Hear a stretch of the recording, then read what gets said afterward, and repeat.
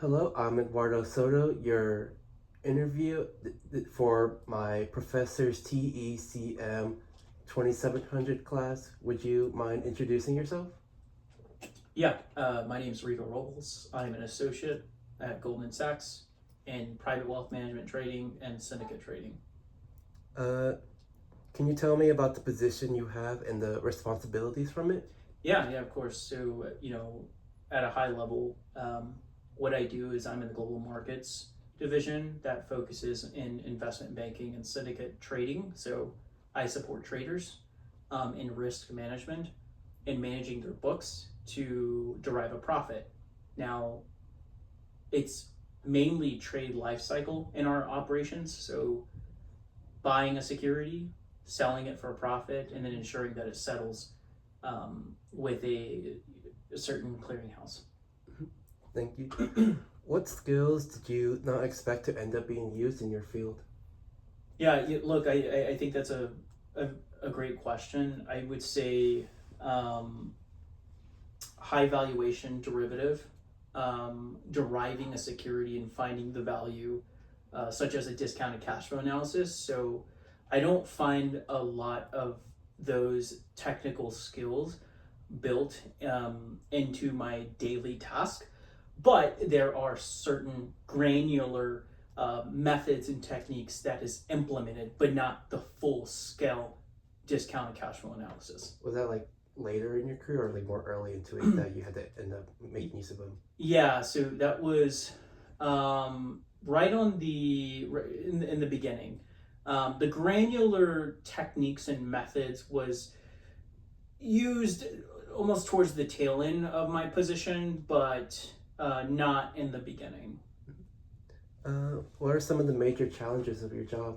Look, I think communication and time management.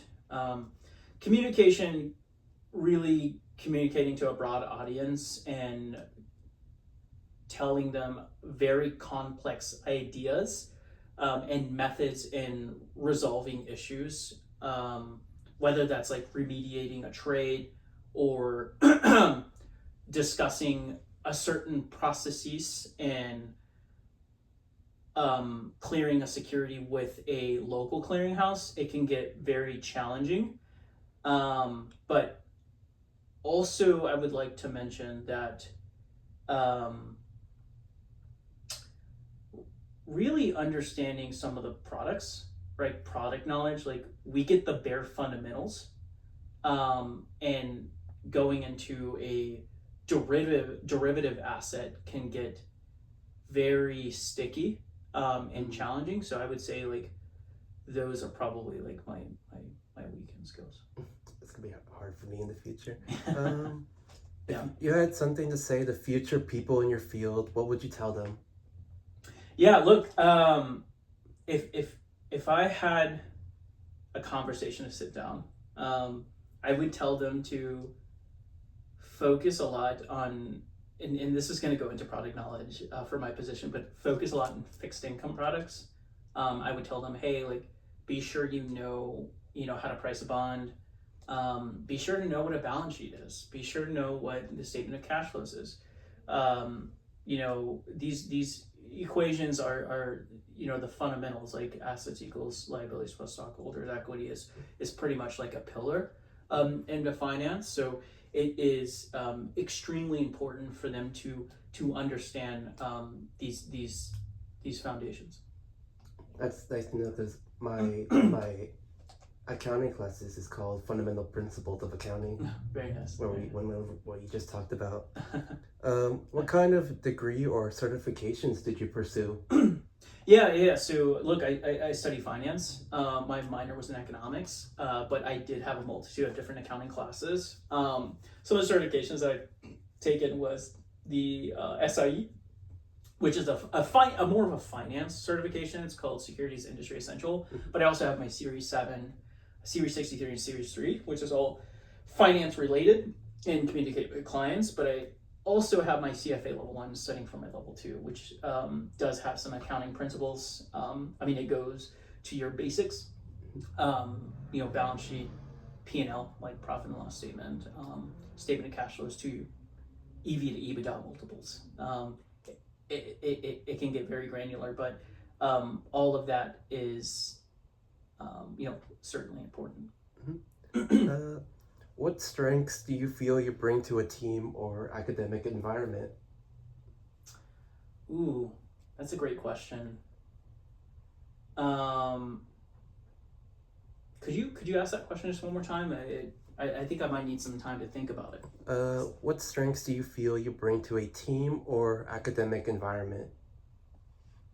Look, I think it's funny that I keep mentioning product knowledge, but I feel like I'm a jack of all trades. No pun intended. Like, I don't just know about bonds, but I'm pretty good with equities, derivatives, interest rate swaps, total return swaps. So in the trading field, I'm able to discuss these products at a very high level and what they do and what instruments are best to hedge. So I think I have a lot of the financial literacy that I can bring onto a team. And even some of the leadership skills as well. Like, I'm able to, spearhead some projects. And I like to be front-footed and tell the team what we're going to do, how we're going to execute and build out a strategy so that we could be successful. Mm-hmm. Tell me about a goal you're currently working toward and how you're approaching it.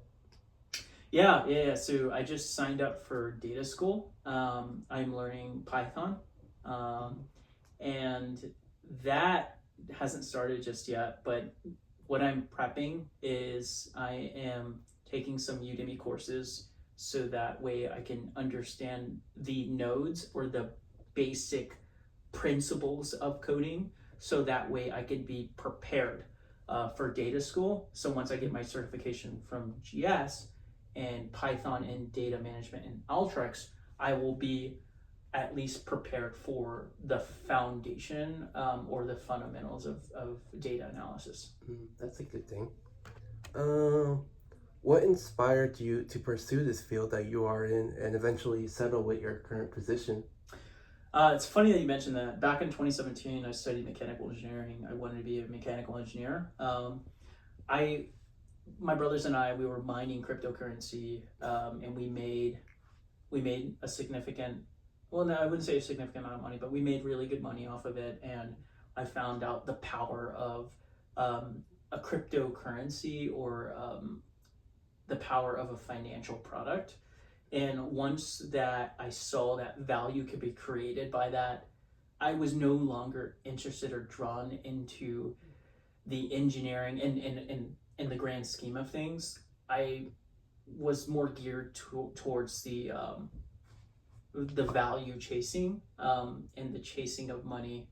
I think that's what drew me to that, and I still hold that story very close to me. I mean, I'm just summarizing it because there are more little granular things that are put in between, but in the grand scheme of things, mined cryptocurrency, and yeah, I love all financial products ever since then. So I think that's a really good reason for actually changing your field. Yeah. It sounds actually inspiring. Yeah, no, it was good. Business majors are often said to be closely related. What fields would you say have a close relationship with accounting and why? Finance. I mean, finance, economics, and accounting. It look like accounting is phenomenal. If I can go back in time or in retrospect, I would have minored in accounting. I even would have considered taking my CFA or my CPA because it is the basic foundation, right? Like, and I keep mentioning that, but it because it is so important to have these skills in accounting. So, I would think, yeah, certainly accounting would be, a great field to stick in. But also, like, maybe even considering finance and economics. Like, finance is more of like a broad overview over the business. Accounting is like taking a ledger and building it out on how the business is doing, Yeah. and economics is more as the grand scheme of thing of how it all is affecting the bottom line or the balance sheet or the finance multiples. Ultimately, like no matter if you're in accounting or finance, eventually you'll have to if you're an accounting person, you'll eventually have to interact with people with Sure. finance. Yeah. Like vice versa. Yep. They're all connected in money related matters. All of them are connected. Yeah, you've got it. How important would you say is the CPA certification for people majoring in accounting? Are there any other notable certifications or titles that would improve an accountant's qualifications by a notable amount? Yeah, look, like I mentioned the CFA. CFA has a lot of accounting principles. I think they're both used interchangeably. Chartered financial analyst versus a certified public accountant. Now the CPA is imperative. It is something that you must take. It is required once you graduate with a degree in accounting. It shows that you are able to produce and you understand not just the basic principles and foundation, but really everything of accounting. It's absolutely required and imperative to take it. You need it to perform practice in accounting. You need it for audit accounting. You need it for forensic accounting. So I think, you know, once you graduate college, you absolutely prepare and be sure to read your notes from freshman year to senior year, so that way you're able to successfully study and be well prepared to take it. That's a thing I was planning to do after like graduating. You mentioned the CFA. Like I know the CPA is like certified public accountant.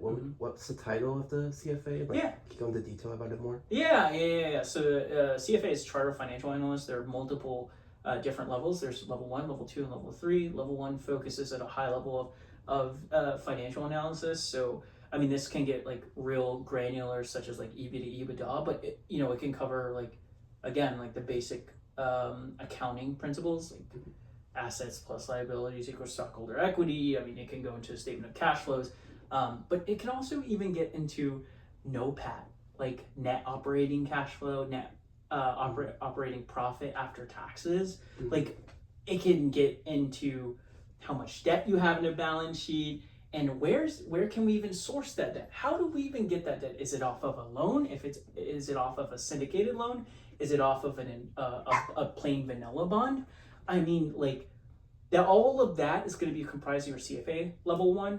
Chartered Financial Analyst 2 gets more into the technical fundamental analysis, and then level 3 is being able to explain that at a high level. It's not just a typical multiple choice questionnaire. It is something in which you have to write and draw down your thoughts over a full analysis. Once you get that, you get the CFA at the end of your name, just like a CPA.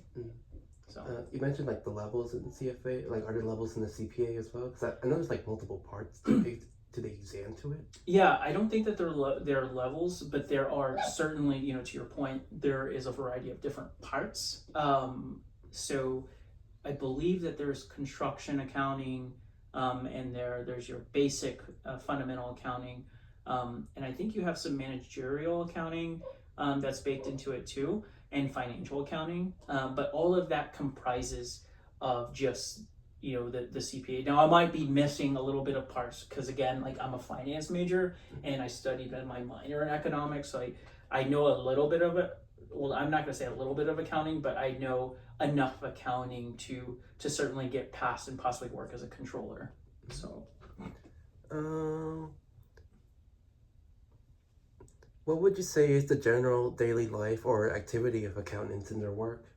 Yeah, like, okay, so I work with a bunch of controllers downstream. So again, like, as I mentioned, I work in trade life cycle. So I make sure some of the trades flow down and we take a physical snapshot of our P&L, profit and loss.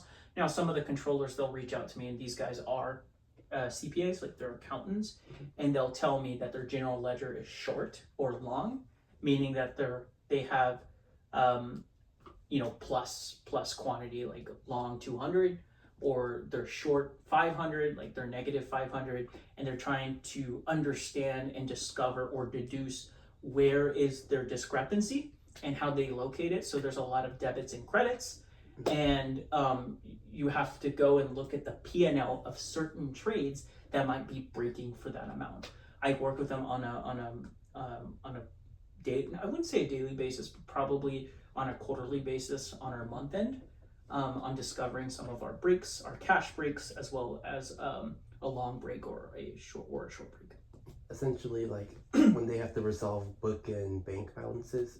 Yeah, it's sort of like that, and it's really cool, man. Let me tell you, because like you see like different books, you see different P&Ls, you see different very nuanced debit situations, very complex credit situations with debits and credits. So it's certainly cool, and we also have our tools to post like credits downstream and post debits upstream in risk. So it is certainly a ride, to give you the short answer. And final question. How diverse would you say the skills you learn in accounting are? What fields would skills you learn in accounting apply to as well? Ooh, please relay the question just one more time. I want to make sure I'm answering this one correctly. How diverse would you say the skills you learn in accounting are? What fields would skills you learn in accounting apply to as well? Yeah, I'm really not. I don't think that I'm able to answer that with a full like responsibility. I think I wouldn't be the one to answer this question. But look, I use like 60-70% of accounting in my business. Like, yeah, like basically knowledge of how to make a balance sheet and like debits and credits, knowledge of that stuff, those skills. Yeah. So I wouldn't say that we're working on the creation of these financial statements, but we do look at them. There's a couple times, like, I'll just give you Edgar SEC database in which we look at a 10K or a 10Q, to look at, what the cash flow is, how invested they are in certain companies, like who are some of their stakeholders, and businesses. But I mean, to your point, you also said like how diverse the skills are. I mean, there is analytical thinking, there is communication, like being able to understand and reflect that complex information. There is even an engineering standpoint, like you can look and think like, okay, how is this process created, and how does one data flow to another part of a siloed data, and how they communicate with each other. So I mean, you have multitude, actually a plethora of different communication channels with multitude of different applications that all communicate with each other. So at a high level, financial analysis, basic fundamental accounting, understanding financial accounting, all cash flow statements, balance sheet, and P&L, and how they all overlap, but also additionally data analytics, public speaking, communication, general business, very basic accounting. All of that overlaps. All of these skills are needed and required to perform a position like this. Thank you for taking a part of your time and answering all the questions in this interview. Is there anything else you'd like to say? No, I think this interview went very well, and it was a pleasure meeting you, Lalo. Thank you for inviting me to speak over your class participation, and I hope your professor shares this out so that way other students are be able to see the insight of what happens in trading. Thank you again.